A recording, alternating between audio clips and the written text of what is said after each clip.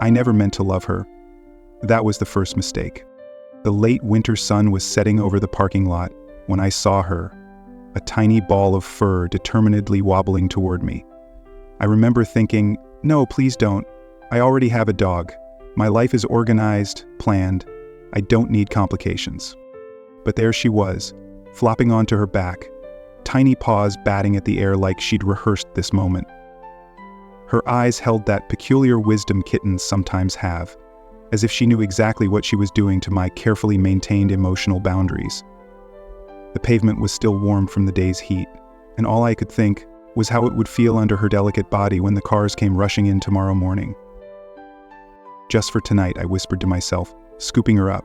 Tomorrow, straight to the shelter. Don't even think about naming her. That night, something extraordinary happened.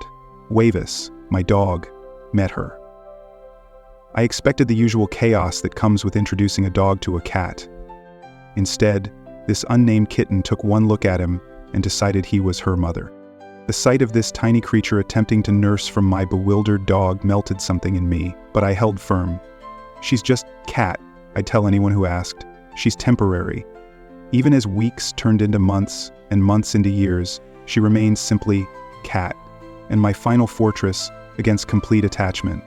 Jueves and Cat developed their own language. She appointed herself his guardian, patrolling windows, demanding with insistent meows that he come inside when he lingered in the yard. Their bond defied my attempts at emotional distance, weaving itself into the rhythm of our daily lives. Then Jueves left us.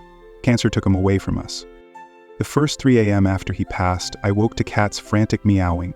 There she was, running from window to window, calling for him, just as she always had. My initial reaction was frustration. Please, not now. I can barely handle my own grief. But as I watched her continue her ritual night after night, something shifted in my understanding. She wasn't just acting out of habit, she was mourning him in the only way she knew how. While I processed my grief through tears and memories, she processed hers through this nightly vigil, maintaining her role as his guardian, even across the veil of existence. Now, when the clock strikes 3 and her meows echo through the house, I no longer try to quiet her.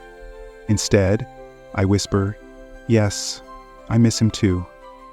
Sometimes I imagine him as out there, just beyond the window, wagging his tail at our shared remembrance. In those moments, I realize that grief itself is a form of love that transcends species, names, and all our careful plans to keep our hearts protected. She never did make it to that shelter. I never did name her properly. She's still just Cat. But perhaps that simplicity holds its own profound truth. Some bonds don't need elaborate names to be real.